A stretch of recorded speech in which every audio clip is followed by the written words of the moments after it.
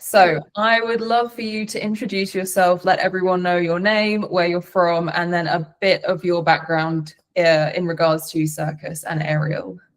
Yeah, so my name is Olivia. I am originally from Massachusetts on the eastern coast of the US, but I live now in New York City, which is actually where I went to undergrad, and I went to grad school in London, so I've been sort of all over the place. But I started aerial back when I was living in Boston after I graduated from college in probably 2018. And I had a roommate who was doing it. And I honestly waited to like get into it to take my first taster class at the studio that I started at, because seeing my friend do it, knowing who I was as a person, I was like, I'm going to try this. I'm going to really love it. I'm going to spend all my money on it. So about a year and a half later, when I finally did try a taster class with a different friend, I immediately signed up for a 6-week course because of course I did. And I was doing it for probably about a year in Boston, starting with like a 6-week course with a bunch of people. And then I actually did some private lessons for a little bit, because what I found was that, having come from a lifting background, because I was working as a personal trainer in a gym at that time, a lot of the like skill acquisition actually came pretty quickly, because I already had a lot of the base strength that some people don't necessarily go in. You know, I already had fairly good pulling strength. I already had very strong legs and grip and arms. So I wanted to do privates for a little bit because I felt like the class levels weren't really meeting me where I was at.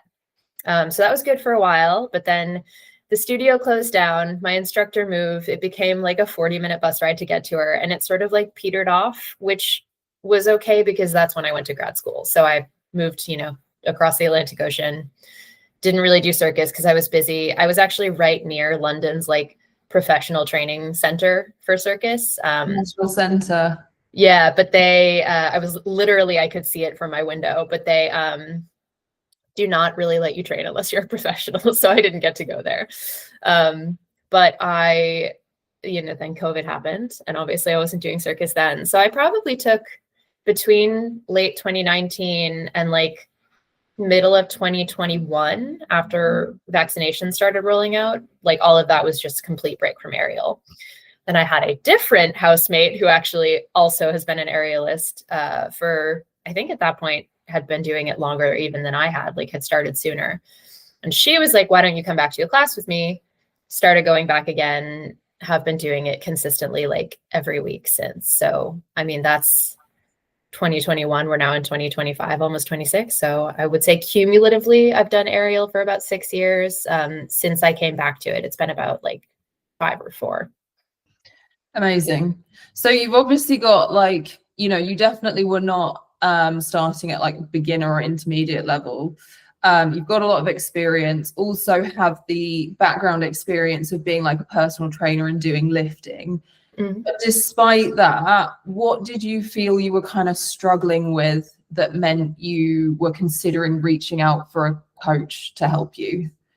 Yeah, I mean, I think classes are really wonderful, and it's a great chance to not only learn from your instructor, but also from like watching other people near you. But I was sort of butting up against this thing where my inversions were never super clean, never super consistent. Like I would tire out really easily from doing inversions. If I was doing like a same side climb up the silk, I would get like 2 nice ones, and then I'd have to start tagging and like pushing myself over with my foot.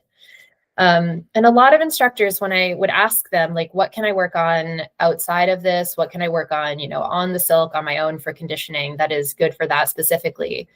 Obviously got a lot of answers over the years, obviously tried a lot of things over the years, but a lot of it was just like, oh, probably the strength's just not there.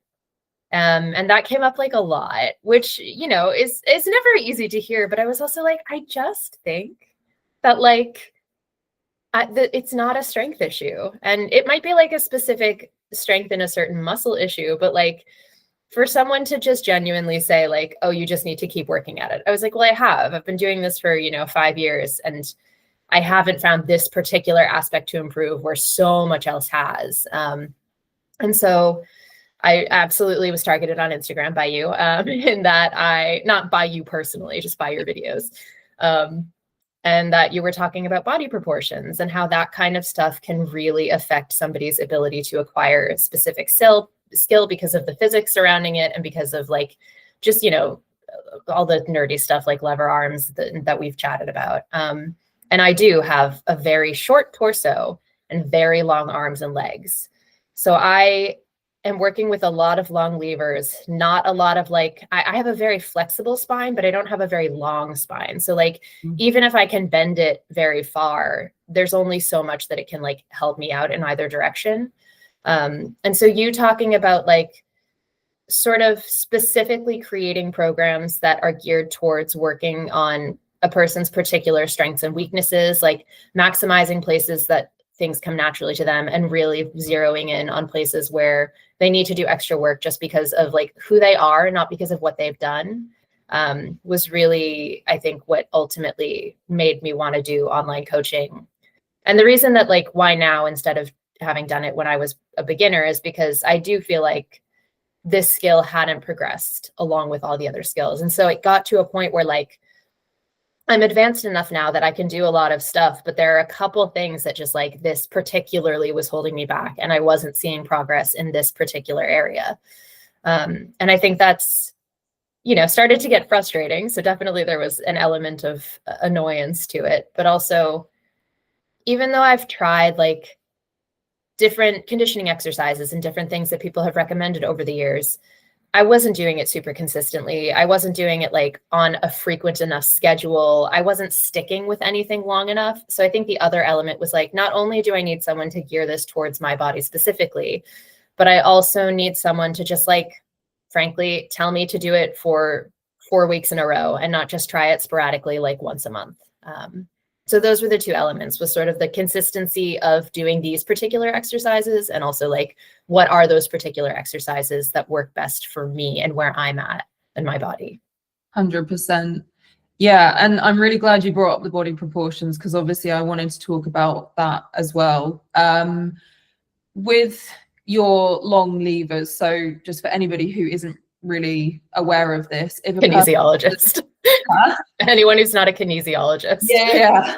If somebody has a short spine and very long legs, the pathway that the legs have to move through is much greater than somebody with short legs. There's also more weight, like away from the center of gravity. So things that are considered foundational and simple, like lifting the legs, doing an invert, are much more challenging. And I definitely think this is not something that is always accommodated. When you had talked to coaches about this in the past, had any of them given you tools specific to your body proportions, or was it more general advice?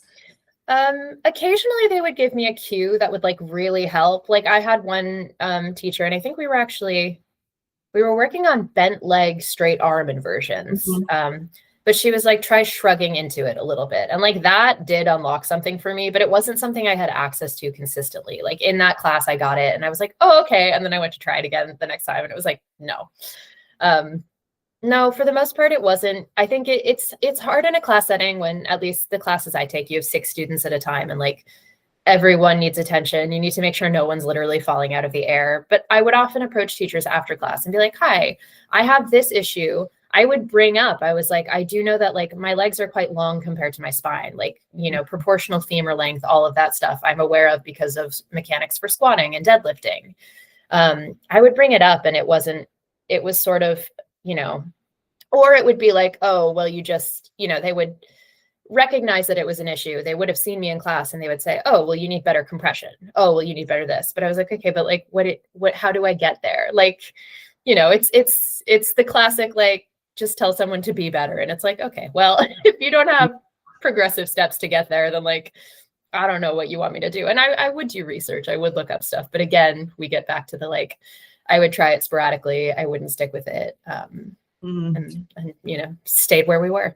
Yeah. I think it's hard as well when you either get suggested an exercise or you find an exercise maybe on Instagram or Google, but can't necessarily see the context of how that fits into everything else you're doing as well. So yeah, having the clear steps and the clear path can be super helpful.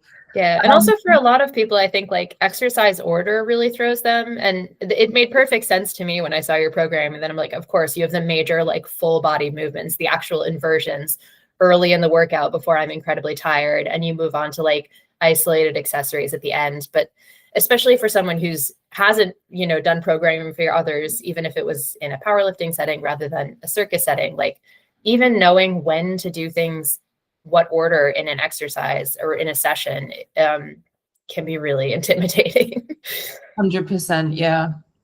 Amazing. So what made you decide to finally go ahead and sign up and work with me?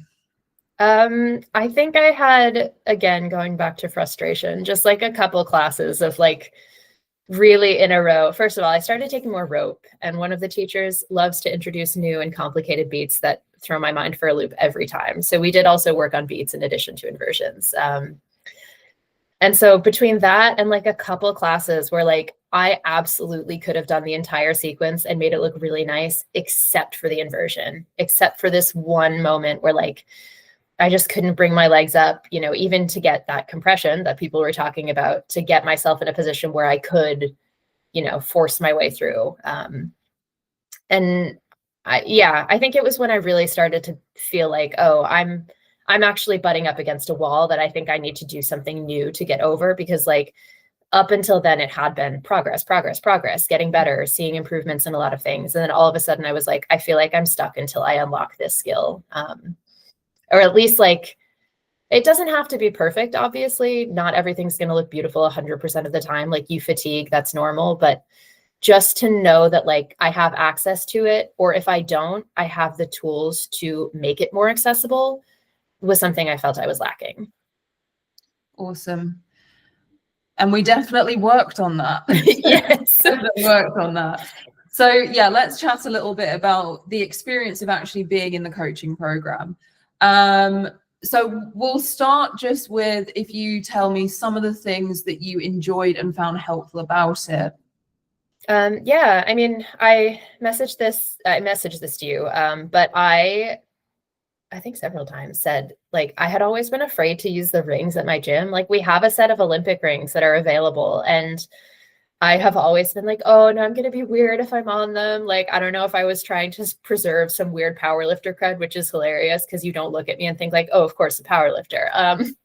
But I just was, I don't know, it made me like feel like, oh, I'm being weird. I'm being like using the equipment in a weird way. And all of a sudden I had this program that was like, you're going to go do a bunch of inversions and then some skin the cats and then also some hip slides. And I was like, well, I have a sheet of paper that says I have to do it. So, and so now, like, even after the program, I'm happy to go back on the rings and do stuff. Cause I'm like, if I'm not already known as like the weird girl who keeps going upside down, like, you know, what have I been even doing for the past 4 months?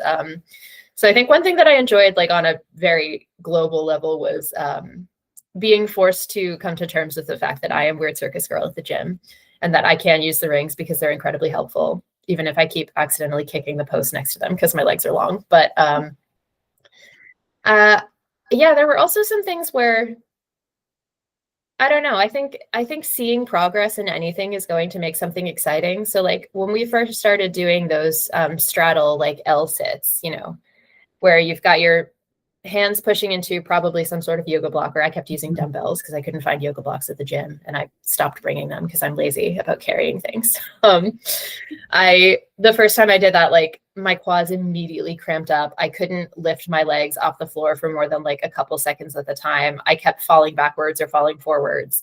And by the end of, I think only 2 months of doing that, because obviously we worked on leg tension across the entire program, but I was only doing that particular exercise for the final 2 months.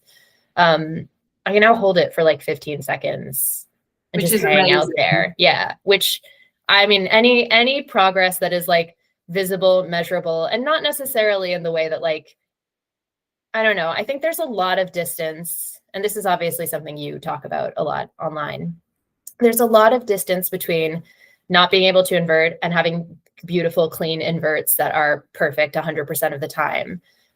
If you don't like find all of those little intermediate steps, like, oh, I managed to get an invert and my legs weren't straight, but I didn't use momentum. Or, oh, I managed to actually get upside down for the first time. Like all of those things are, to me, so exciting. And partially because I've been working out for, 10, 12 years. And like, am used to incremental progress, it was really cool to see it transfer to these skills and these things that I just hadn't thought to work on outside of aerial. So like, of course my leg tension was terrible. I never touched it outside of like the one day a week I was in class. And now all of a sudden I'm like, oh, I might be able to one day do like a pistol squat without holding my foot because that's the only way I can do it now. And all of a sudden I can keep my legs straight for longer. So like, yeah, finding all those little moments of sort of tiny little victories within the program was really exciting. As for specific moves, I was really pleasantly surprised by German hangs. Yes, that progress was impressive. I don't even know if it was progress, if I was just like, do my shoulders, are they joints or are they just rubber? Because for those who don't know, a German hang is like the end range of a skin the cat where you invert all the way through your legs and just like hang down as low as you can with your arms up behind you. And I did it and I was like, yeah, no, I'm fairly upright. I think the progress will be when I can eventually get myself back out of it through the skin the cat. But like those, I was just like, wow, these, I have shoulders. Yeah. Yeah. And can you talk a little bit about like how the programming kind of met where you were, not just in like your skill level, strength level, but also for the body proportions? I mean, anytime that I had something that like felt hilariously easy, we took it out because like you had me doing a sort of a roll down where like you slowly slow lower core drill. Yeah, I was like, I don't remember what it's called. It's because of the length of your legs that is so easy for you. Yeah, I did it and I was like, respectfully, I would have to take like a half a minute to get down in order for this to feel difficult. And you were like, great, we're taking it out. But like that, you were very responsive in terms of like the feedback that I actually provided during. And then also like, I could just, I mean, everything had a very clear purpose. So like looking at the programming, you know, you looked at my goals. You said, these are the ways to get to your goals. These are the things you're missing to get from where you are to where you want to be. So you're going to practice the big move, and then you're going to practice the little things like leg tension, like compression, that's going to get you there. And obviously I haven't seen your programming for other people, but I imagine that like someone who does have really good compression already probably isn't doing as many L sets, probably isn't doing as many like supine straddle leg lifts. So, yeah, it just really felt like I could see the thinking behind it. Again, potentially because I have had to program for people too, but like where you saw the pieces of the puzzle that were sort of holding me back and said, okay, we're going to plug those in more frequently. We're going to make those happen more regularly. We're going to find more varieties of ways to work them too, because like I was never obviously doing the same exercise really twice in a week, other than, you know, some very basic warm-up stuff, or like very foundational stuff, like, you know, the actual inverts. But yeah, it was a good mix of variety and consistency, specifically targeting the elements that I now know. And I think I always knew, but like didn't really know how to respond to, but those elements that were holding me back. No, I really appreciate that. I think as somebody, you who, you know, has the experience that you do with programming, you know, if I was not doing a good job, you would have seen that, right? Like, and this is the thing. So it was, it's almost more important when I'm working with these more experienced aerialists, you know, to have the reason behind everything, you know, why we're doing everything, make sure that it's super clear, and yeah, take the stuff out that's redundant, because occasionally I will misjudge an exercise with somebody and then it's like, okay, that's not helpful, that's fine. So yeah, it's actually quite a big compliment for you to say that to me. Yeah, and I think the responsiveness was a huge part of it, because like you had initially had, I insisted, this was a totally me thing and people don't have to do this, but I was like, I still want to do barbell lifts. I can't not touch a barbell for 3 months. I just can't. Yeah. So you programmed in barbell lifts, but you started with like 5x5, which I think is a very normal set for most people to do. But I did come back. I was like, hey, this is taking so long. And I'm curious, I want to ask you, did you just like not realize what weights I would be lifting to the point that I needed to rest that long? Like, were you thinking like, oh, you're doing a goblet squat with a kettlebell? And I was like, hey, this is really a lot with like 100 pounds. Yes, in my brain, I was like 1 or 2 warm-up sets, 5 by 5 at a moderately heavy weight. Yeah, great. So I picked a really, 5 by 5 or 3 by 5 is a very standard strength set and rep range. And I was just like, yeah, that's like a sort of extra 20 minutes in the training session. I'm sorry, Olivia. No, it's okay. For reference, it was like maybe 4 or 5 warm-up sets. I'd need to take like 2 minutes between, partially because you were like 60 to 70%. I was like, all right, well, if I can usually like, if I can usually deadlift like 175 for that, like, okay, I'll do like 140. Like it was just not, it was a combination of me going too hard and you being like, she'll surely modulate, and I didn't. No, I think as well, I should have just got your, no, I did get your 1 rep maxes. I obviously just completely underestimated what that would take in terms of time. But yeah, we resolved that. With it, yeah, that's the thing, is I said, this is taking forever. And you were like, oh my God, do 3 by 5. And I was like, excellent. Yeah. Yeah.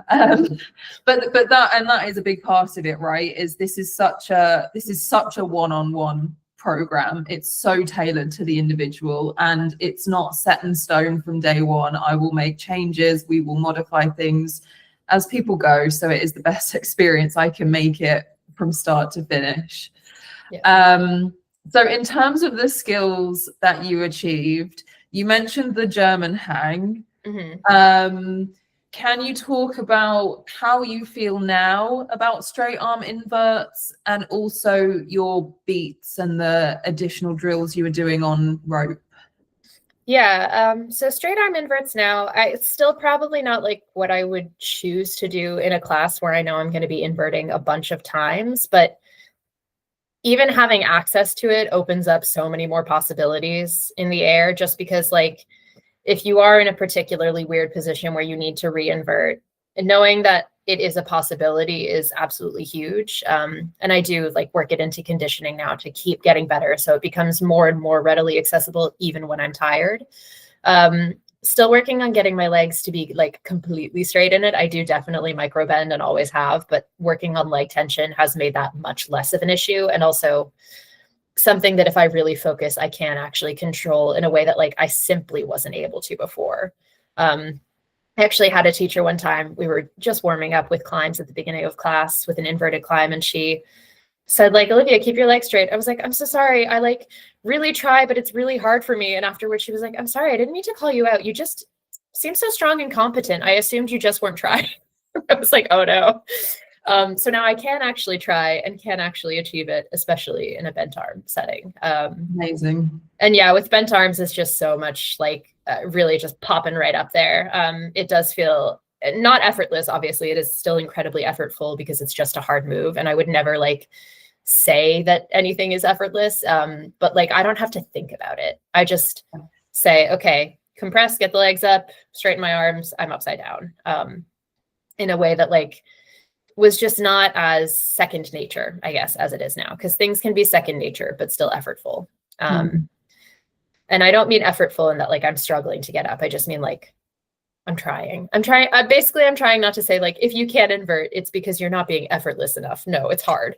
And then in terms of beats, yeah, we talked a lot about this. And I think this is the thing that became the most like intellectual puzzle for me. I do find that like beats are really hard for my brain specifically, like understanding where my body is moving in space at what time.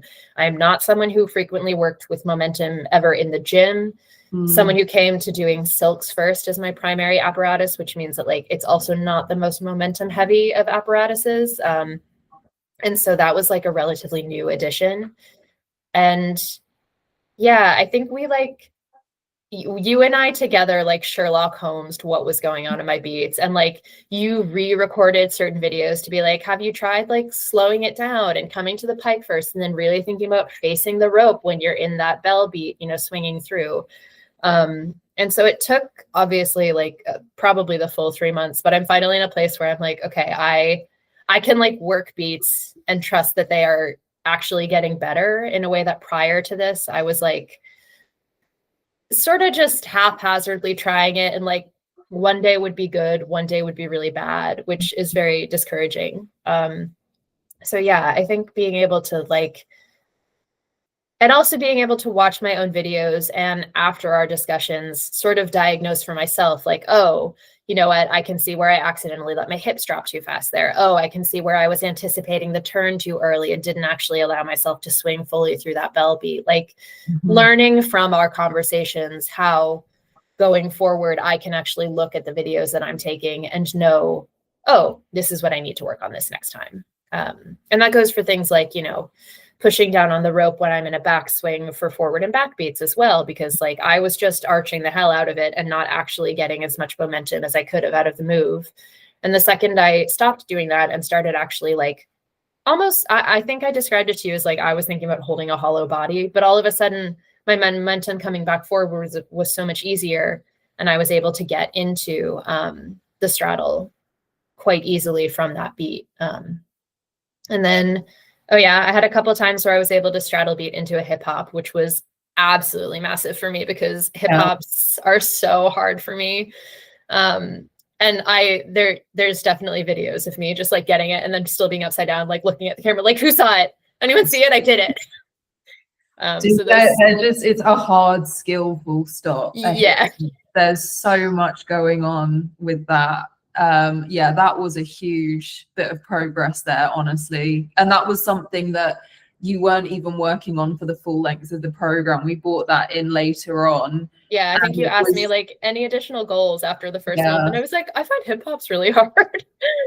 Yeah, so we had a couple of drills that I put into your gym sessions, but it wasn't the main focus. So the fact that that also came along the way that it did was just fantastic. But then I think everything you were working on for the straight arm inverts was also supporting that. So, yeah, because the compression, the like, you know, vertical to horizontal lift in the straight arm invert, all of that is so helpful for it. And like, even, you know, we were doing very complicated beats on silks last week in class, and it was not pretty. Let me be so clear. We were beating out of a hip key back into a straddle. Again, this is the teacher who likes to introduce new beats that break my brain. And it was not pretty, but like once I got most of the way through, I was able to muscle my way into a straight arm inversion. And I was like, that would not have been possible. I would have just completely collapsed. Yeah. Cool. Really glad that that's now not the case. Yeah. I don't mean I would have fallen. I mean, I just would have been hanging there. Yeah, I to be clear. Yeah. Cool. So I would love to know, sort of, now that you've gone through the program, we've talked a lot about, you know, your experience of it. How do you feel about your training moving forwards? Like, what have you gained from us working together that you now feel you can bring into training moving forwards? And how do you feel about your training? Yeah, I mean, I have gone back to like a little bit more of the powerlifting. So like this week was the first week in so long that I have touched weights for more than like 1 or 2 exercises. And I will say my butt was so sore on Tuesday. But I have shortened those a little bit and added in at the end. Not actually to the point where I'm like so tired that it's hurting the work, but like just like, okay, we've done the weight exercises. Now we're going on to the circus exercises, which are largely body weight. Adding in my own like little mini programming, pulling from the things that we worked on. So I've just plugged some of them into like a really easy fitness tracking app and, you know, say, okay, today we're working on straight arms. We're going to do, you know, the same sets and reps of a straight arm invert into paused lowers. We're going to do these 2 exercises as a superset for compression. We're going to do this for like, you know, a light tension finisher kind of thing. And so what I plan to do is I use an app for powerlifting that like does the programming for me because it's not my job anymore. I don't want to do it. It uses like blocks and, you know, different cycles. I'm going to basically use that as my metric for like, okay, I'm going to do the same workouts, you know, the same workout day is going to be straight arm every week. The same workout day is going to be bent arm every week. The same workout day is going to be handstands every week, and so on. So basically almost like creating a microcosm of what we worked on together, integrating it into my other workouts, and continuing with that consistency and that frequency that we established so that it becomes a regular part of my routine. I think the only reason I'm not sticking fully with like just genuinely continuing the same exact style of workouts we've done is I'm a lot better now. So I don't think it requires like that much constant focus. Like it sort of feels like it was a reset for my body and we effectively did that.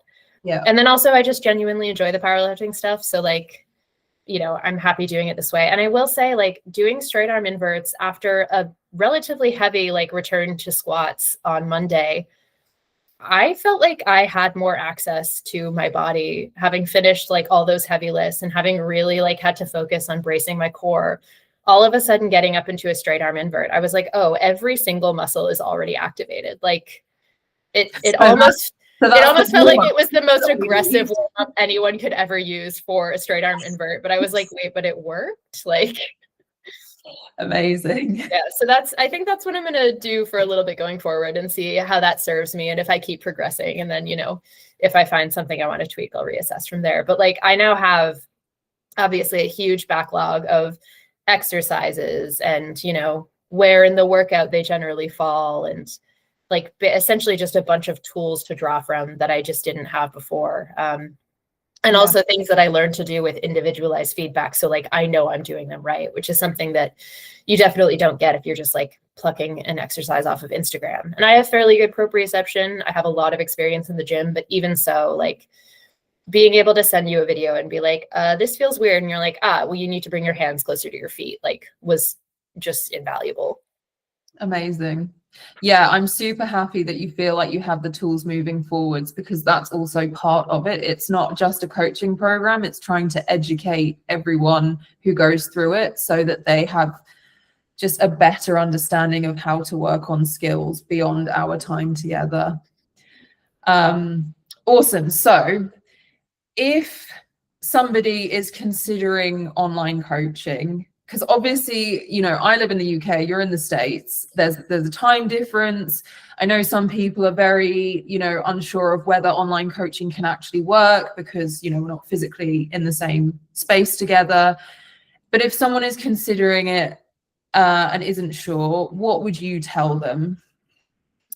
I think that unless you're someone who like genuinely needs literal hands-on help, like you need someone who is actually going to spot you through a movement, there's not a lot that you can get from in-person coaching that you can't get from a good online coach. And I do mean like a good online coach, which I do count Verity as. Thank you. But like, I think the biggest hurdle would maybe be that like we are obviously 5 hours apart. So very often I would be sending videos in my afternoon and I would get a response the next day, which worked totally fine for me because like, especially after the first week, I knew what I was doing and was mostly looking for like small tweaks or feedback. I don't know if with clients who are in the same time zone as you, like, are you talking to them during their workouts, or is that not even a thing you do here? Okay, so then it wouldn't make a difference where you are. Yeah, I mean, I really think as long as you're not like someone who is prone to injury at the gym, and really none of these things are going to injure you at the gym, because I do believe that you're programming people for like where they're at. Like, I don't think you'd give someone who is very new to aerial as many inversions as you gave me, because you're like, this girl's not going to fall on her head. Yeah. So like, yeah, I think a good coach like is going to give you exercises that aren't going to hurt you in the gym, is going to, you know, give you the feedback you need, but it's not going to be like so urgent that you need it in the exact moment that you're working. And also like, you know, I do work with people in person because I go to classes, but that's generally once a week because of what my budget and my schedule will allow.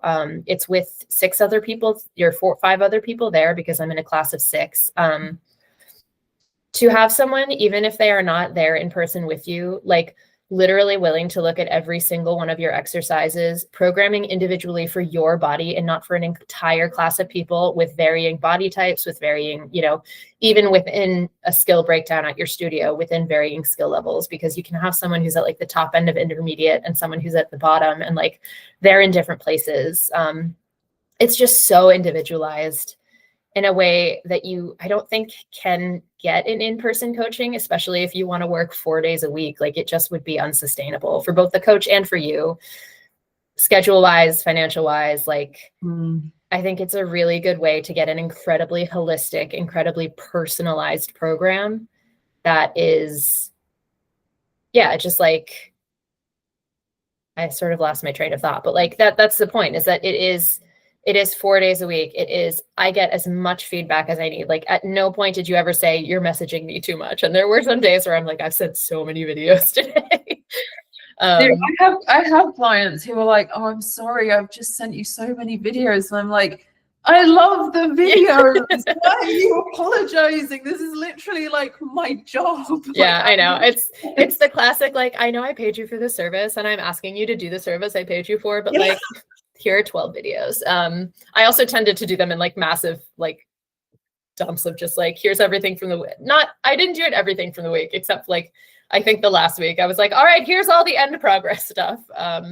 No, it was great, Olivia. I honestly, there was never a point where I was like, this is too much. Like, I haven't found somebody yet who's, created that feeling. Like, yeah.